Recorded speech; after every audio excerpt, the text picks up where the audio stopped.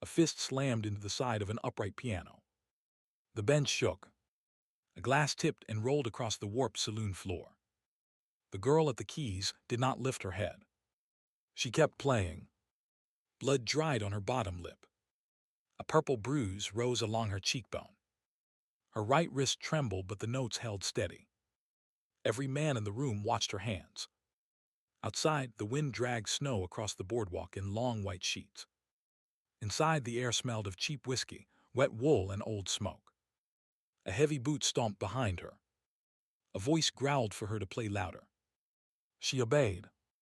She always obeyed. But tonight her fingers chose a different melody. A slow waltz no one in this town had ever heard. A song she had been told to never play unless she was dying. Stay with me on this one. Her name was Elena Marsh. Most of the men in the saloon called her Piano Girl, or worse. They tossed coins at her feet when they were happy. They threw whiskey at her back when they were not. She had been keeping that bench warm for 2 winters. 2 winters of cracked knuckles. 2 winters of nights that ended with her ear pressed against a freezing floorboard, listening for footsteps on the stairs above. The man who owned the saloon owned her too, or so he believed. He held her wages. He held her papers. He held the back of her neck whenever a customer complained that the music was too quiet. His name was Burke Halloran. A square man. Thick neck. Hands like split firewood. He wore a black vest stained at the buttons and a watch chain heavy enough to swing like a small weapon. He laughed loud. He laughed at his own jokes. He laughed when he hit her. The men who drank in his saloon laughed with him because laughing kept their teeth where they belonged. He had come to Deadwood in '76, like a lot of them, chasing gold he never bothered to dig out of the ground. He had figured out quick that the easier money was in the bottles men drank to forget the gold they did not find. He had bought the saloon from a widow whose husband had been shot in the back over a card game. He had put his name above the door in red paint that bled into the wood. He had hired a cook who had killed 2 men in Kansas and never asked his real name. He had run that saloon for 6 years on the simple math that fear was cheaper than walls. Men who feared him did not steal. Men who feared him did not ask questions. Women who feared him did not leave. Elena was 22. She did not look it. The cold and the bruises had aged her around the eyes. But her hands were young. Her hands were trained. Her father had seen to that. He had been a quiet man with a soft voice and steady fingers, and a small silver badge he never wore in public. Pinkerton. National Detective Agency. She had not known what those words meant when she was small. She knew now. He had taught her music the way some fathers teach trade. Sit straight. Wrists relaxed. Listen before you play. He had taught her 3 songs that did not exist in any book. 3 melodies he had written himself. 3 signals. 1 for safety. 1 for waiting. 1 for a knife at the throat. That last one was a slow waltz in a minor key. He had told her only once, in a voice she still heard in her sleep. If you play this song somewhere, anywhere, a man will hear it. Maybe today. Maybe in 10 years. He will come. He will know your face. He will know your name. He will know what to do. Her father had been killed in Kansas when she was 17. Shot through a hotel door. The men who pulled the trigger were never named in any paper. After the funeral, she had taken a stagecoach west with $30 and 1 carpet bag. She had reached Deadwood in a blizzard. She had walked into Burke Halloran's saloon to ask for a meal. He had heard her play 1 song on the broken upright in the corner. He had smiled the way wolves smile. He had told her she had a job. She had not understood then that a job here was a cage. For 2 winters, she played from dusk until the last drunk fell. She slept in a closet off the kitchen on a straw tick. She ate what the cook left in the pot. She did not have a coat that fit. She did not have a letter from home because there was no home. Burke kept her wages in a strongbox under his bed. He said it was for safekeeping. He said a woman with money in her hand was a woman with bad ideas. He said it while smiling. He said it while squeezing her shoulder until her arm went numb. The other women in town pitied her at first. Then they stopped pitying her, because pity in Deadwood was a luxury, and luxuries got people killed. The men in the saloon learned not to ask about her bruises. They learned not to look at her too long. They learned that Burke Halloran was a man who collected debts in teeth. So they drank. They gambled. They listened to her play. And she played whatever Burke told her to play. Until tonight. Twice she had tried to run. The first time was the spring of her first year. She had walked out the back door at 4 in the morning with a loaf of bread and a tin of matches in her apron. She had made it as far as the livery before 2 of Burke's men caught up. They had brought her back through the kitchen door. Burke had not yelled. He had only locked her hand inside the strongbox lid and held it there until she begged. She had not been able to play for 3 days. The second time was harder.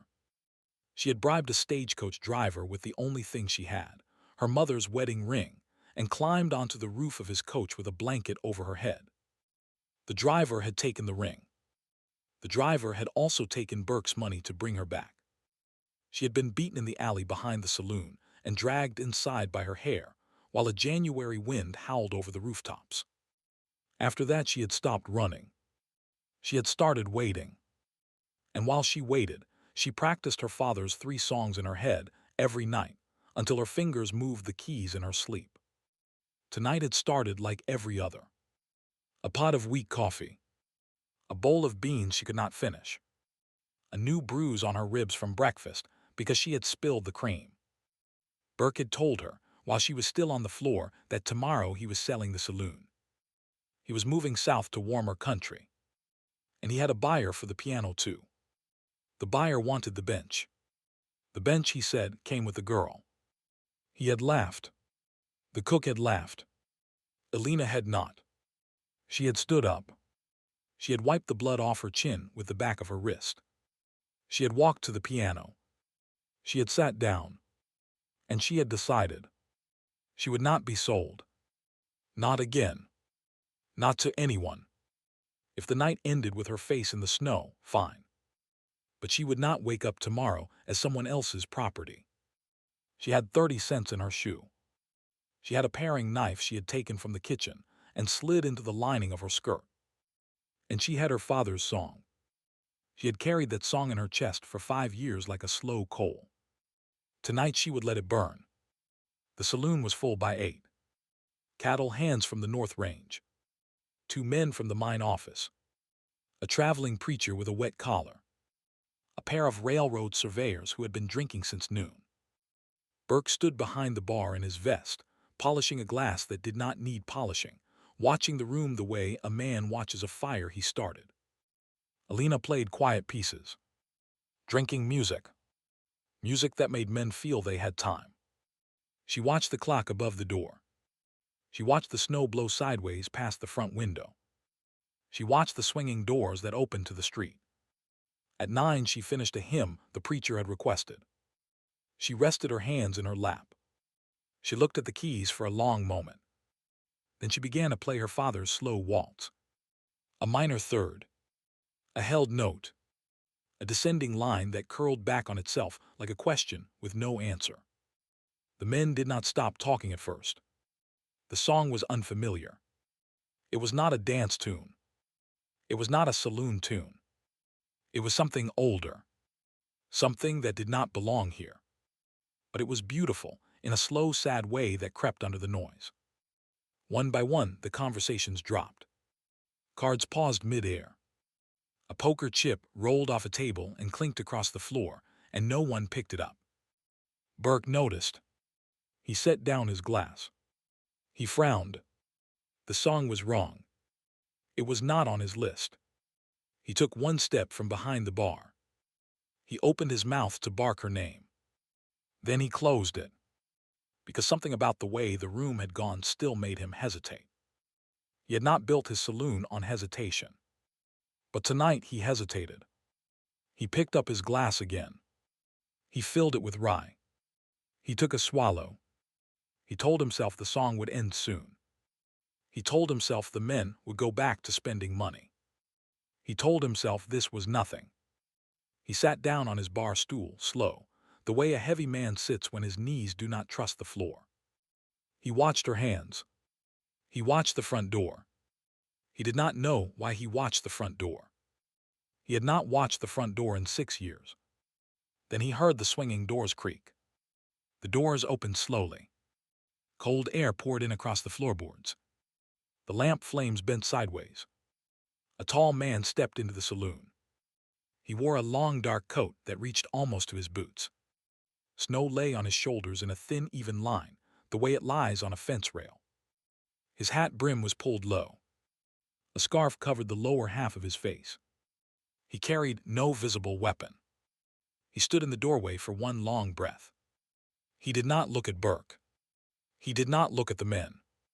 He looked only at the piano, and at the girl playing it. Then he walked forward, slow and steady, his boots making the only sound in the room besides the waltz. Alina did not turn her head. She did not lift her eyes from the keys. Her hands kept moving. But somewhere inside her chest, something that had been cold for 5 winters finally cracked open. She let the verse repeat. She let it go on one bar longer than the song was written, because she needed him to come closer.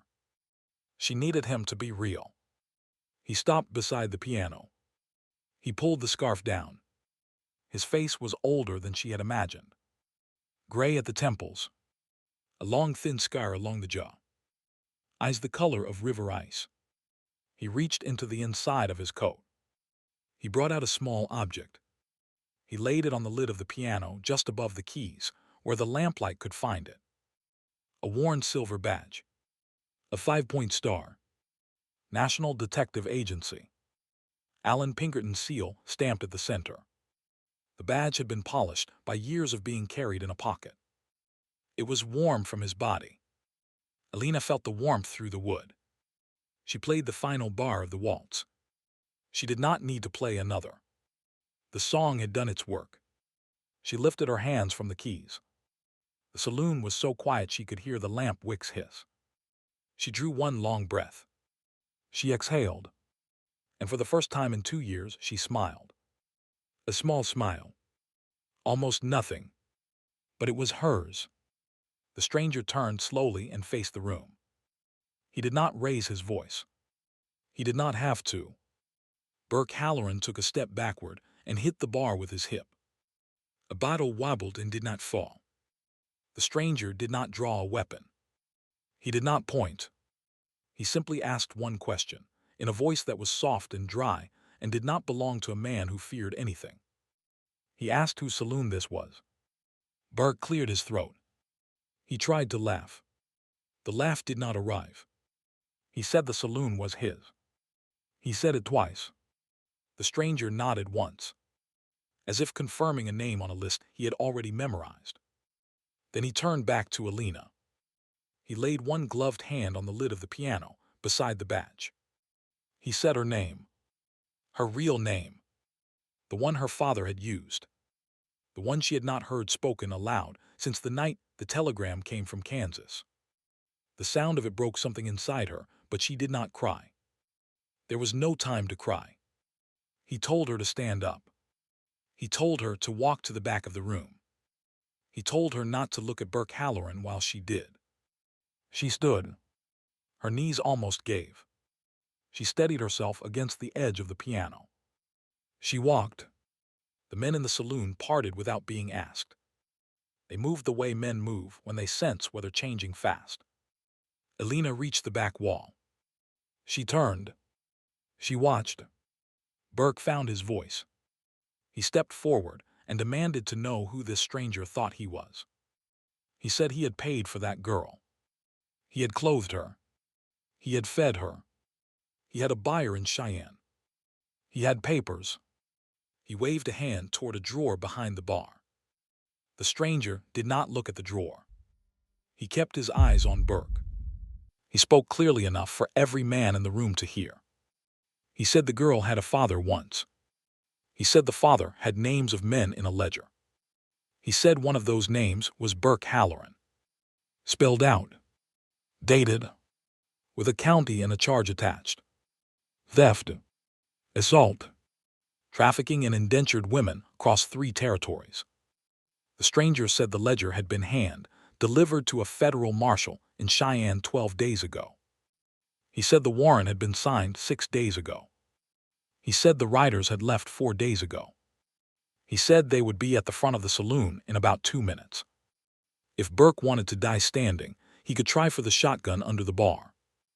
If he wanted to live another month and answer for his ledger in a courtroom, he could put his hands flat on the wood and keep them there. The choice, the stranger said, was the only choice Burke had left in this world. If you're still with me, hit that subscribe button. Burke did not put his hands flat. He lunged for the shotgun. The stranger moved once fast, the way a thrown rope moves. The shotgun came up. The stranger's gloved hand met Burke's wrist and bent it the wrong way. The shotgun fired into the ceiling. Plaster rained down on the bar. A lamp swung wildly. Men dove away from tables. Alina pressed her back against the wall and did not flinch. She had waited 5 years for this sound, and now that it had come, it felt almost ordinary. The stranger drove Burke face down across the bar. He held him there with one knee. He took the shotgun. He cracked it open. He emptied the second shell into his palm. He laid the empty gun on the bar like a finished tool. Burke tried to push up. The stranger pressed harder. Burke made a small wet noise into the wood. He stopped pushing. The stranger reached into the inside pocket of his coat with his free hand and brought out a length of soft cord, the kind men use to tie a parcel for the mail. He looped it twice around Burke's thumbs and pulled tight. It was almost gentle. It was the work of a man who had done this many times and no longer wasted motion. He kept his knee in place. He waited. The room waited with him. The doors banged open. 3 men in long oilcloth coats stepped in, snow on their hats, badges on their chests. Deputy United States Marshals. They did not draw their pistols. They did not need to. The stranger nodded to the lead marshal. The marshal nodded back. He walked to the bar. He took out a folded paper. He read Burke Halloran's full name aloud. He read the charges. He read the date of the warrant. He read the names of 2 other men, partners of Burke's, who had been arrested at a stage stop south of Sturgis the day before. Burke heard those names and went still. The fight drained out of him in one long shudder. The marshals lifted him off the bar. They bound his wrists behind him with a length of rawhide. They walked him out into the snow. One of the marshals stayed inside. He took down names. He took down statements. The cattle hands gave theirs first, slow and careful, men who had seen too much in their lives to lie about what they had seen tonight. The preacher gave his. The surveyors gave theirs.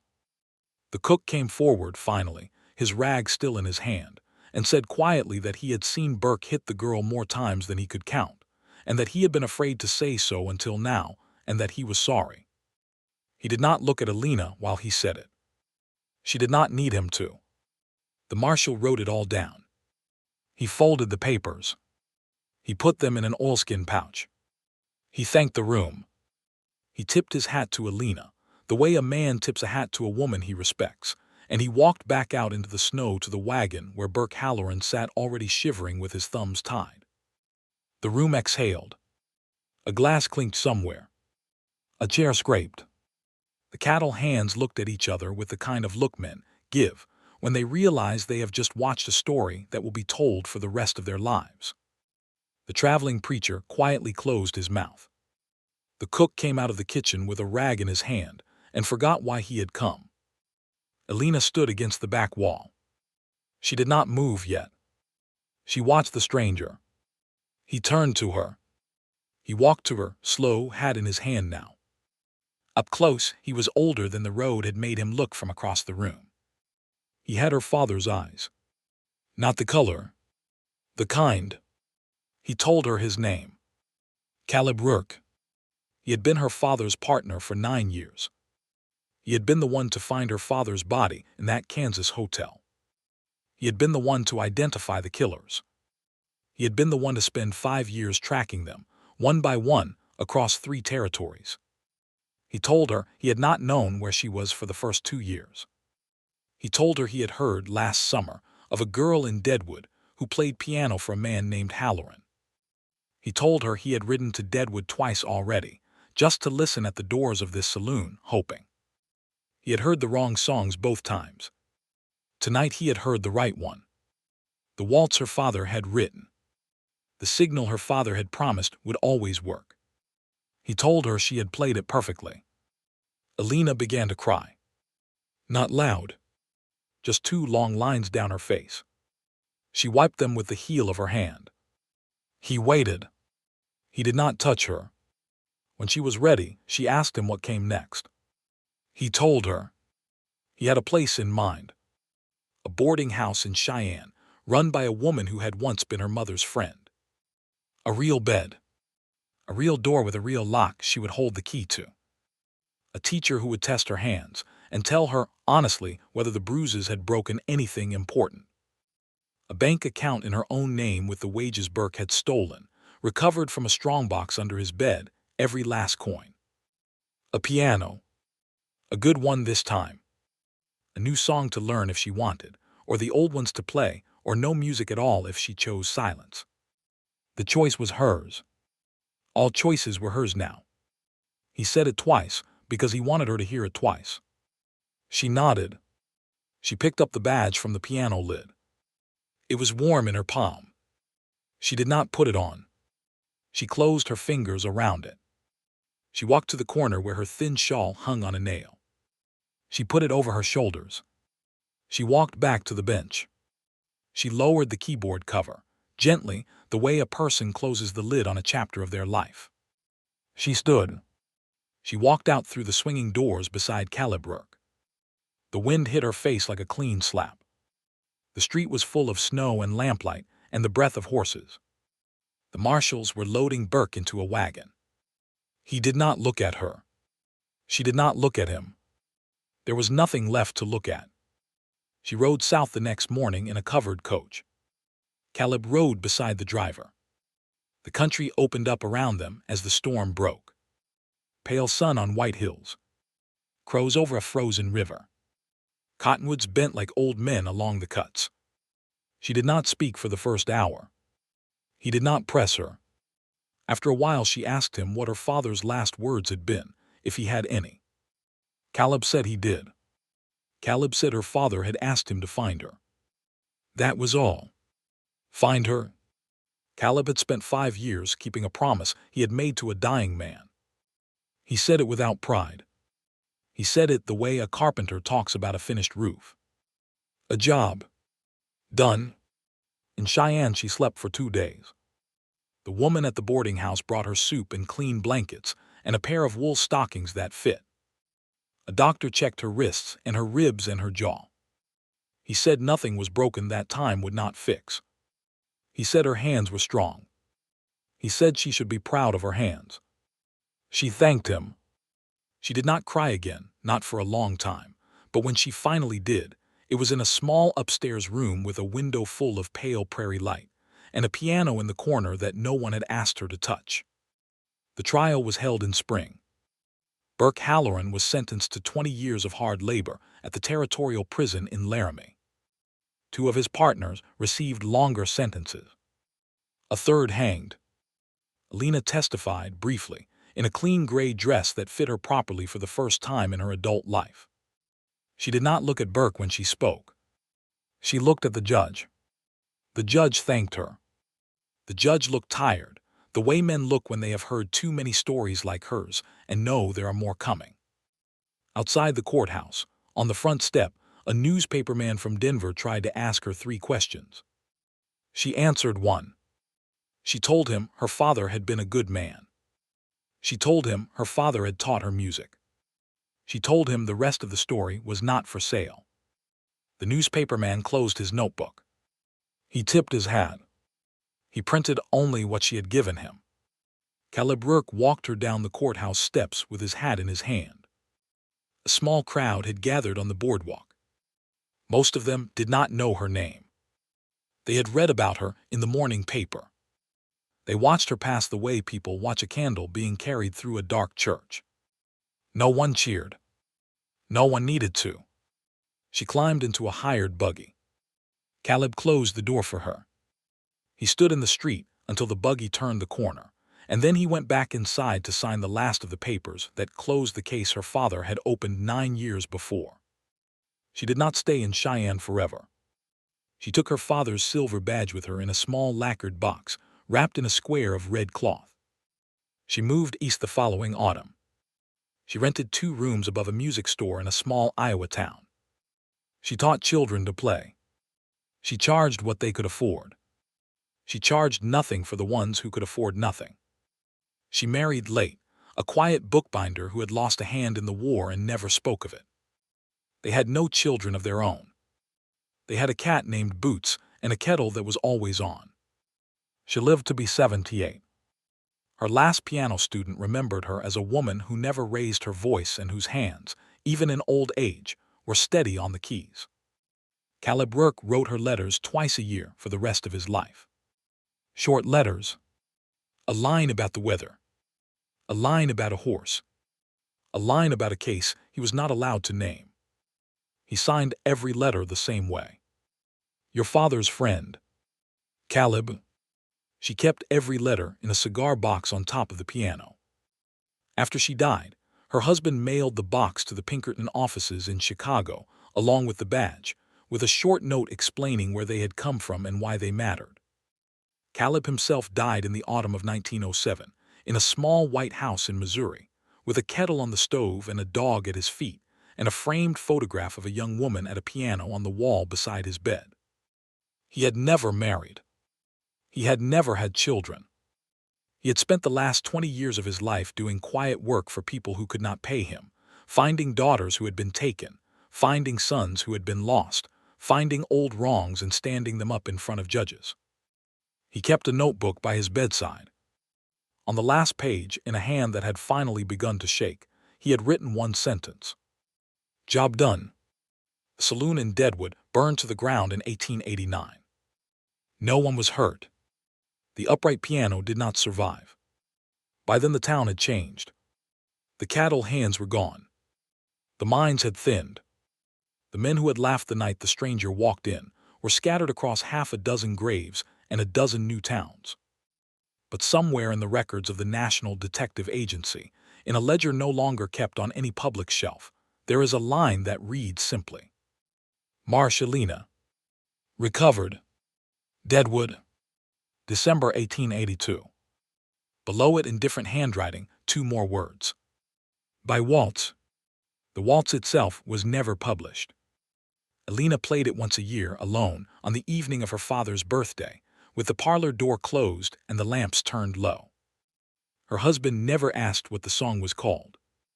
He only knew that on that one night each year she preferred to sit in silence afterward, and that she preferred his hand to be near hers on the lid of the piano, and that he should not speak until she did. He kept that arrangement for 31 years, without ever once breaking it. When she finally taught the waltz to one student, in her last year of teaching, she did not tell the girl where it had come from. She only told her to play it slow, and to play it true, and to never play it unless she meant every note. She had been told once by a quiet man with a soft voice that if she ever played that song somewhere anywhere, a man would come. He would know her face. He would know her name. He would know what to do. She had carried that promise for 5 winters in a cold room above a cruel saloon. She had played the song once, and the promise had walked in out of the snow, set a worn silver badge on the lid of her piano, and made every brutal year she had endured fold quietly shut, like the keyboard cover she lowered on her way out the door.